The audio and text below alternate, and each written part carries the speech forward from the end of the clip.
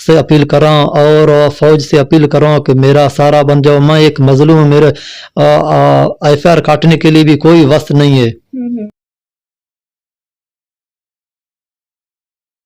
जी नाज़रीन, इस वक्त हमारे साथ खान मोहम्मद मौजूद थे जो कि सरदार अब्दुल रहमान कितरान के निजी जेल में इनकी फैमिली कैद है और उन पे तशद्दुद भी किया जाता है और तकरीबन 3 से 4 साल हो गए हैं वहाँ पर कैद हैं और अभी तक वापस नहीं किया जा रहा। और गलती इनकी सिर्फ ये है कि सरदार अब्दुल रहमान के बेटे के खिलाफ इन्होंने गवाही नहीं दी, क्योंकि जाहिर है कि बड़े बड़े जो हमारे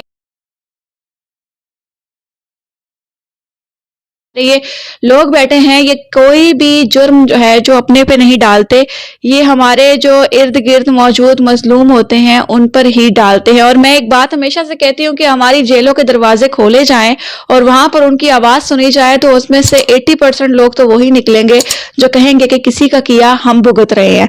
तो आप लोग भी इनकी आवाज जो है आगे से आगे बढ़ाएं, क्योंकि ये अपना शहर, अपना सब कुछ छोड़कर दर बदर फिर रहे हैं सिर्फ इस उम्मीद पर कि मुझे सरदार अब्दुल रहमान कहीं मार ना दे। मैं अपनी फैमिली को वापस लाना चाहता हूँ, अपनी जिंदगी दोबारा से शुरू करना चाहता हूँ, जो कि पिछले 3 या 4 साल से रुकी पड़ी है। तो खैर, इनकी आवाज उन लोगों तक पहुंचाएं जो इनकी मदद कर सकते हैं। और शायद इन्होंने एक ऐसे ही अदारे का नाम लिया है जो हमारे लिए बहुत मायने रखता है, और वो है हमारी फौज, जो हमारे लिए हमेशा सर आंखों पर होती है और वही हमारे लिए कुछ कर सकती है। तो ये मैसेज फौज तक पहुंचाया जाए, वही इनके लिए कुछ ना कुछ कर सकती है। अपनी दुआओं में याद रखिएगा, कमेंट सेक्शन में